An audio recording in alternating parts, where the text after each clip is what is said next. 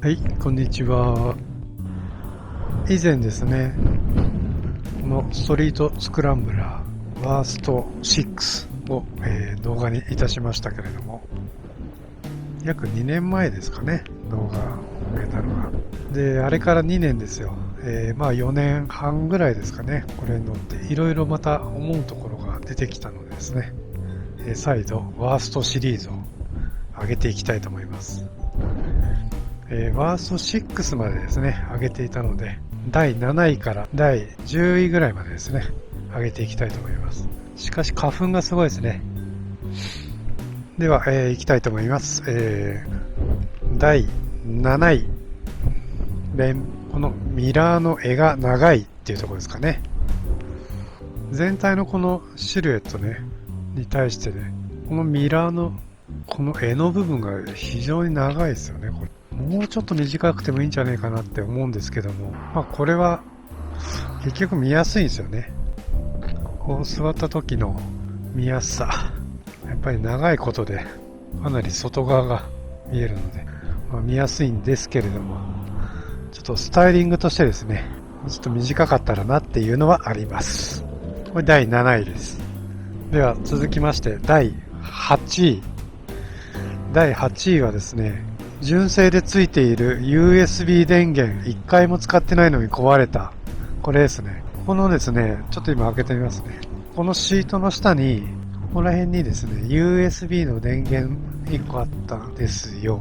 純正のやつがね。で、それが1回も使わないのに電源入んなかったんですよ。使えなかった。で、やっぱりナビとしてここに携帯スマホをつけたかったんで、まあ今こうやって USB の配線をですね伸ばしてきてライトニングのケーブルにしましたけど、これですね、今やるとこれをね、結局これ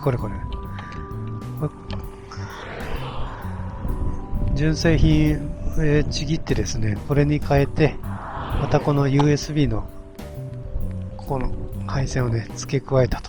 ここからまた接続し直してですね、今使ってます。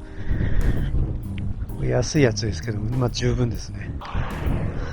なので、第8位は USB 電源1回も使わないのに壊れちゃった。だから交換したです。はい、続いて第9位。9位はですね、ストリートスクランブラーいつの間にかスクランブラー900の名称に変わる。はい。これはですね、今このロゴの通り、この社名はトライアンフのストリートスクランブラーっていう名称なわけですけども、2023年ですかね、多分そのあたりからこのストリートの文字がなくなってスクランブラー900になってるんですね。だからここも多分変わってるんですよ、今販売されてるのは。いつの間にか変わっちゃったということで、私のはストリートスクランブラーですけども、今買うとスクランブラー900という名称になっています。ワーストに入れるべきかどうかよくわかんないですけども、まあそうなったの。続いて第10位。第10位はですね、左側のルックスがあまり好きじゃない。はい。これはですね、見てください。この左側、このルックスに対して